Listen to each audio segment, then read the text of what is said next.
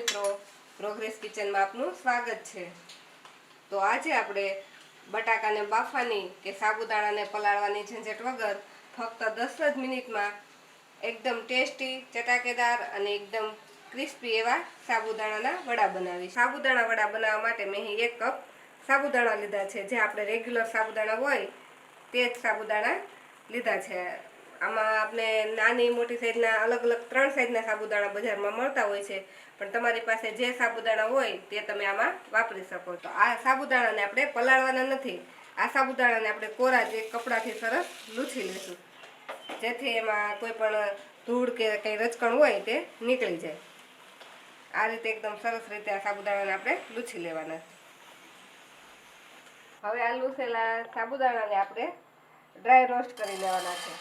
આ રીતે આપણે કોરા સાબુદાણાને 2 થી 3 મિનિટ માટે એકદમ ધીમા ગેસ પર શેકી લઈશું। એકદમ ધીમા ગેસ પર 2 થી 3 મિનિટ માટે આપણે સાબુદાણાને શેકી લઈશું, જેથી આ સાબુદાણામાં કોઈ પણ ભેજ હોય તો તે દૂર થઈ જાય અને આ શેકાઈ ગયા પછી જેનો આપણે પાવડર કરવાનો છે તે પાવડર એકદમ સરસ પીસાઈ જાય। તો આપણે 2 થી 3 મિનિટ માટે આ સાબુદાણાને શેકી લીધા છે, તો તેમાંથી બધો મોઇશ્ચરનો ભાગ દૂર થઈ ગયો છે અને તેનો કલર સેજ પણ બદલાણો નથી। હવે આ સાબુદાણાને આપણે એકદમ ઠંડા કરી લઈશું। આપણા સાબુદાણા એકદમ સરસ ઠંડા થઈ ગયા છે। હવે આ સાબુદાણાને આપણે એક મિક્સરની જારમાં લઈ લઈશું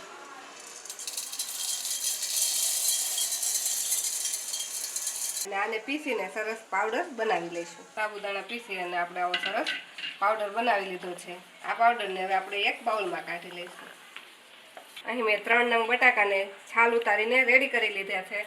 આ કાચા જ બટેકા છે। આ કાચા બટેકાને જ આપણે આ મિક્સરની જારમાં કટ કરી લઈશું। આ રીતે આપણે બધા જ બટેકાને મિક્સરની જારમાં આ રીતે કટ કરી લઈશું। કટ કરી અને આમાં પીસતી વખતે આપણે આમાં પાણી નથી નાખવાનું, ખાલી બટાકાને જ આપણે પીસી લેવાના છે। જ્યારે પણ વ્રત કે ઉપવાસ હોય ત્યારે જો આપણે રાતે સાબુદાણા પલાળતા ભૂલી ગયા હોય તો આપણે એમ વિચાર આવે કે આજે શું બનાવવું। તો જો સાબુદાણા પલાળવાનું ભૂલાઈ ગયું હોય તો આ ઇન્સ્ટન્ટ રેસીપી તમે બનાવીને વ્રતમાં ખાઈ શકો છો। તો આ બટાકાને પણ આપણે પીસી લઈશું, પીસી અને આની એક પેસ્ટ બનાવી લઈશું। આપણા બટાકા પણ સરસ આ રીતે પીસાઈ ગયા છે। હવે જે આપણે સાબુદાણા પીસીને રાખેલા છે તે આ બટાકામાં નાખી ફરીથી આને આપણે થોડીક વાર માટે પીસી લઈશું, એટલે બધું સરસ મિક્સ થઈ જાય। સાબુદાણાના બટાકા બંને સરસ આ રીતે મિક્સ થઈ ગયું છે અને તે સરસ પીસાઈ પણ ગયું છે। તો હવે આપણે તેને એક બાઉલમાં કાઢી લઈશું।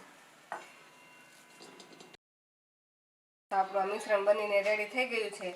આને આપણે 10 મિનિટ માટે ઢાંકીને રહેવા દઈશું, જેથી જે આપણા સાબુદાણા છે તેનો પાવડર છે એકદમ પાણીને બરોબર શોષી લે। તો આપણે બેટરને ઢાંકીને રાખેલું હતું તેને 10 મિનિટ થઈ ગઈ છે।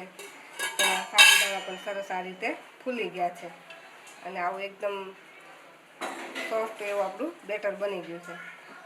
હવે આમાં આપણે મસાલા કરી લઈશું। આપણે સ્વાદ પ્રમાણે ફરાળી મીઠું નાખીશું કે સિંધો મીઠું નાખીશું। 1 ચમચી ધાણા જીરું પાવડર નાખીશું, અડધી ચમચી મરી પાવડર નાખીશું, સ્વાદ પ્રમાણે ઝીણા સમારેલા મરચાં નાખીશું। તમારે જેટલું તીખું કરવું હોય તે પ્રમાણે એમાં મરચાં નાખીશું। અડધા ઇંચ આદુના ટુકડાને આ રીતે મેં ખમણીની મદદથી ખમણી લીધી છે તે નાખીશું। અડધી વાટકી જેટલા લીલા ધાણા નાખીશું, ચમચી જેટલા ચીલી ફ્લેક્સ નાખીશું। ચીલી ફ્લેક્સ ન નાખવા હોય તો તેને તમે સ્કીપ પણ કરી શકો। તેમાં આપણે 1 લીંબુનો રસ નાખી દઈશું।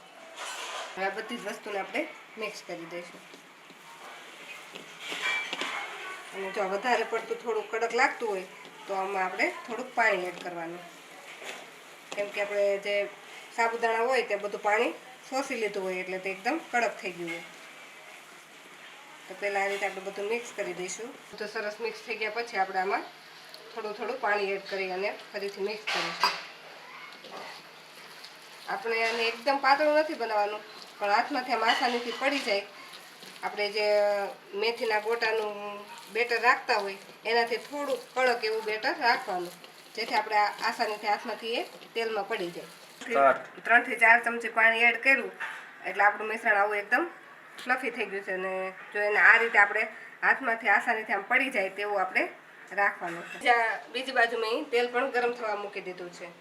તો પહેલાં આપણે જોઈ લઈએ કે આપણું તેલ બરાબર ગરમ થઈ ગયું છે નહીં, તો તેના માટે આપણે થોડુંક એમાં એડ કરીશું। તો આ રીતે થોડી વાર રહી અને ધીમે ધીમે જો આપણું આ બેટર ઉપર આવે તો આપણું તેલ બરાબર ગરમ થઈ ગયું છે. તો આ તેલમાં હવે આપણે નાના નાના વડા પાડી લઈશું. આને આપણે કોઈ પ્રોપર શેપ આપવાની જરૂર નથી. આ રીતે આપણે એને તેલમાં પાડી દેવાના છે. આ રીતે હાથની મદદથી આ રીતે કરી અને આપણે પાડી દઈશું.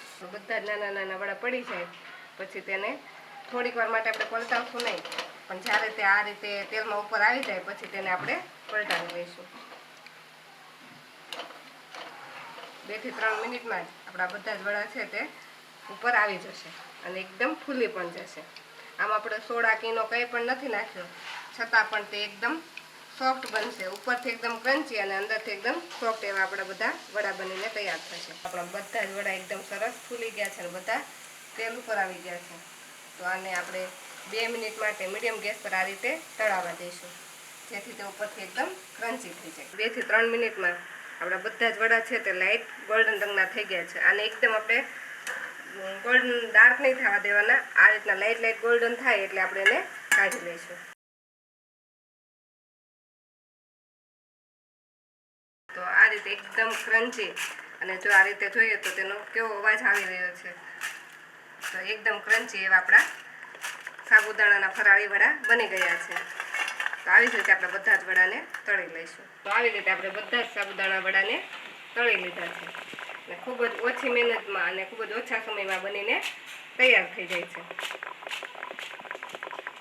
હવે તેને પણ આપણે પ્લેટમાં કાઢી લઈશું. ઉપરથી એકદમ ક્રન્ચી આ રીતે જો અવાજ આવે તેવા ક્રન્ચી અને અંદરથી એકદમ સોફ્ટ એવા આપણા વડા બનીને રેડી છે. જો તમને અમારી આજની આ ફરાળી રેસીપી ગમી હોય તો અમારા વિડીયોને લાઇક કરો અને પ્રોગ્રેસ કિચન ચેનલને સબસ્ક્રાઈબ કરો. અને બીજી કોઈ ફરાળી રેસીપી તમારે જોવી હોય તો અમને કોમેન્ટમાં જણાવો.